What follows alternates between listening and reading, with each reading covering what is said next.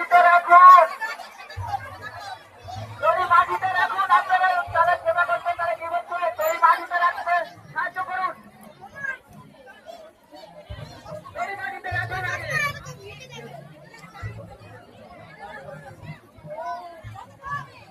এখনই অঘটন ঘটে যেত।